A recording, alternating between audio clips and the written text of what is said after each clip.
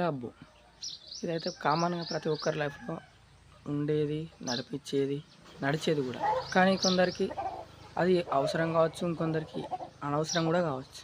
కానీ ఒకటి మాత్రం చెప్తా, ఏంటంటే డబ్బు అనేది మన తరతరాలకు రావాలంటే మన ఫ్యామిలీ మెంబర్స్ కావచ్చు, మన ఫ్యూచర్ కావచ్చు, అంటే మనం ఉన్నా కానీ మనకు సరిపోయేంత సంపాదించినా కానీ ఇంకెక్కువ కావాలని ఆశపడతారు.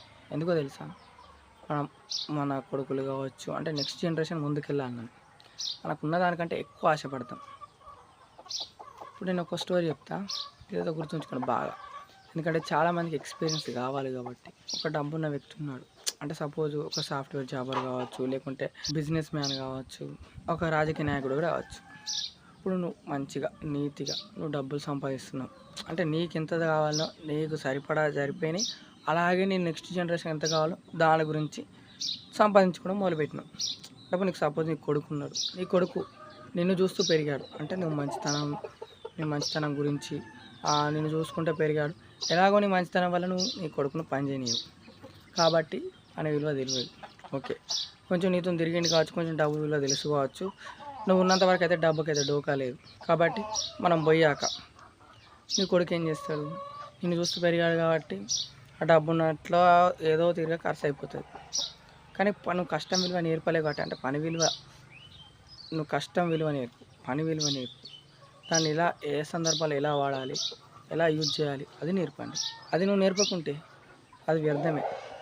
ఇప్పుడు నువ్వు ఎట్లా సంపాదించింది ఆ జనరేషన్తోనే అంతమైపోతుంది. ఆ నెక్స్ట్ జనరేషన్ ముందుకు పోవాలంటే ఏముండదు. ఇంకో విధంగా కూడా చెప్తా. ఇప్పుడు అదే డబ్బున్న వ్యక్తి తన కోసం సంపాదించింది, తన కొడుకు కోసం కూడా సంపాదించింది, కాకపోతే అవినీతి పరంగా. అదే కొడుకు నిన్ను చూస్తూనే పెరిగాడు, నువ్వు అవినీతి చేసావు, తను చేయడం. ఓకే, అలాగే మనం ఎంత చేస్తామో మన కొడుకులు అంతకు ఎక్కువ చేస్తారు అవినీతి. ఎందుకంటే అలా జనరేషన్ ముందుకు పోవాలి. కాకపోతే నువ్వు సంపాదించిన డబ్బు నీకు సరిపోయింది, నీ కొడుకు సరిపోయింది. కానీ నీ కొడుకు తన కొడుకు కావాలని చాలా సంపాదించింది. కాకపోతే నిన్ను చూస్తూ పెరిగింది కాబట్టి నీ కొడుకు డబ్బు విలువ తెలియదు. కాకపోతే అది ఎలా సంపాదించాలో మాత్రం ఖచ్చితంగా తెలుస్తుంది. ఆ నెక్స్ట్ జనరేషన్ వాళ్ళ కొడుకు తనను చూసుకుంటూ పెరుగుతుంది. కాకపోతే ఇక్కడ ఇంకో మిస్టేక్ ఏంటంటే, ఇలా డబ్బున్న వాళ్ళు ఏం చేస్తున్నారంటే బయటికి అసలు పిల్లలు పోనీయరు. అంటే లోక జ్ఞానం తెలియదు.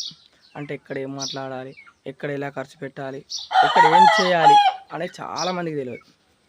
ఎగ్జాంపుల్ నేను ఎందుకు చెప్తానంటే, నేను ఆల్రెడీ ఒక సిచ్యువేషన్ ఇలాంటి చూసిన తర్వాత మీకు ఇది అర్థం కావాలని చెప్తాను. మనం ఎంత డబ్బు సంపాదిస్తామనే కాదు ముఖ్యం, మన పిల్లలకు మనం ఏం నేర్పుతాం, మన డబ్బు ఎక్కడ ఖర్చు పెట్టాలి, ఎంత ఖర్చు పెట్టాలి, మన కష్టం విలువ నేర్పాలి. తల్లిదండ్రుల నుంచి చిన్నప్పటి నుంచి కష్టం విలువ తెలిసినవాడు డబ్బు విలువ తెలుసుకుంటాడు. అది మీకు తెలియజేయాలనుకున్నా అంతే. ఎందుకంటే నేను ఆల్రెడీ ఇది ఒకరిని చూసినా కాబట్టి మీకు అర్థం కావాలి కాబట్టి చెప్తాను.